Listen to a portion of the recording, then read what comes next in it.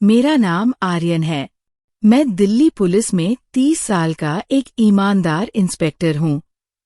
जिंदगी मेरी सामान्य ही थी, मगर 3 साल पहले एक ऐसी घटना घटी जिसने मुझे पूरी तरह तोड़कर रख दिया। दोस्तों, अगर अभी तक आपने हमारे चैनल को सब्सक्राइब नहीं किया है तो चैनल को सब्सक्राइब अवश्य करें और नीचे दिए गए बेल आइकन को दबाएं ताकि हमारी नई वीडियो सबसे पहले आप तक पहुंचे। अर्चना, मेरी पत्नी, मेरी आत्मा, मेरा प्यार। हमने एक दूसरे से सच्ची मोहब्बत की थी।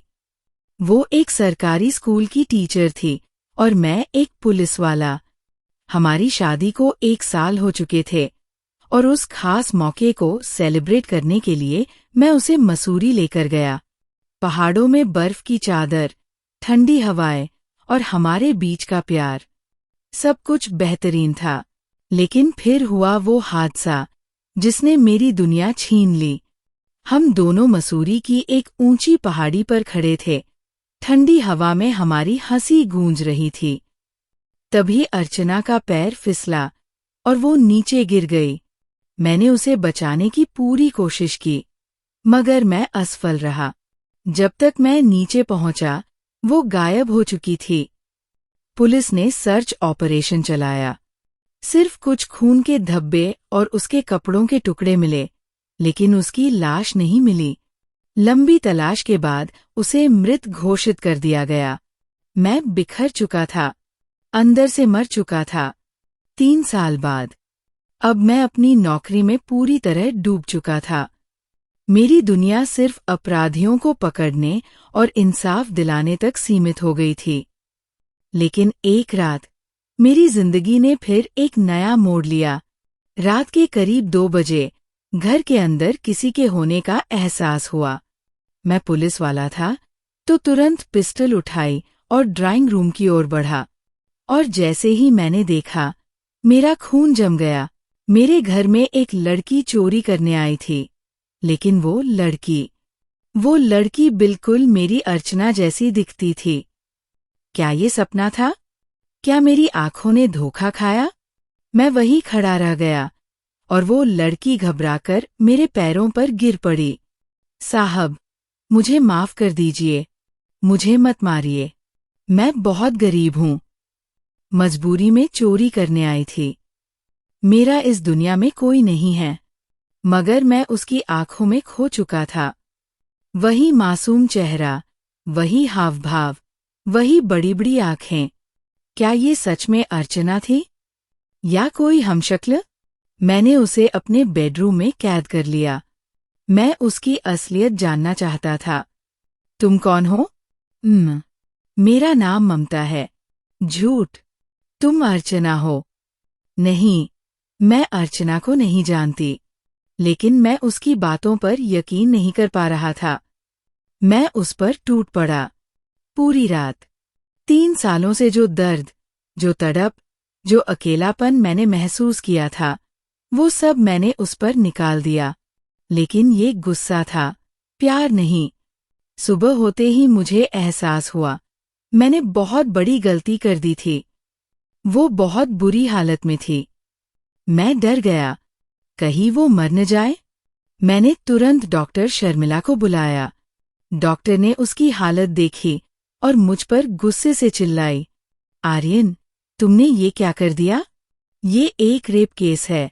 अगर ये लड़की मर गई तो तुम्हें सजा होगी, तुम्हारी नौकरी जाएगी।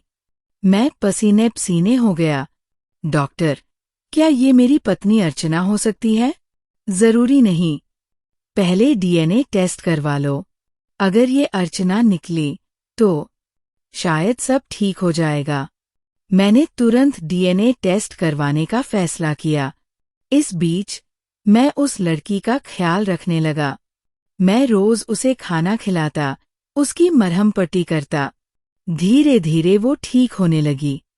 पर मुझे अब भी शक था, क्या ये वाकई एक बेसहारा लड़की थी या फिर कोई साजिश थी? डिपार्टमेंट में हमें हनी ट्रैपिंग के बारे में बताया जा रहा था।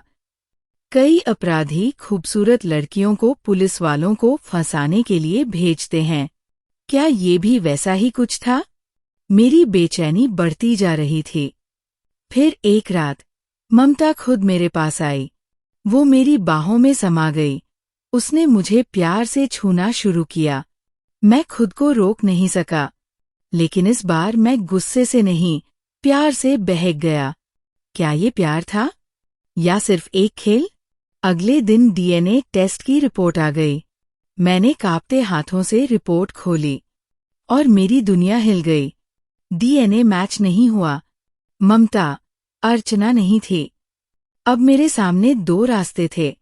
या तो मैं अपने दिल की सुनता, ममता को अपनाता और अपने प्यार को दूसरा मौका देता, या फिर अपने फर्ज की सुनता और उसे हमेशा के लिए छोड़ देता। मैंने फैसला किया। मैंने ममता से कहा, मैं तुम्हें एक नया जीवन देने को तैयार हूं। पैसे दूंगा, घर दिलवाऊंगा, नौकरी दिलवाने की कोशिश करूंगा, लेकिन मैं एक पुलिस वाला हूं और मैं अपने देश के साथ धोखा नहीं कर सकता।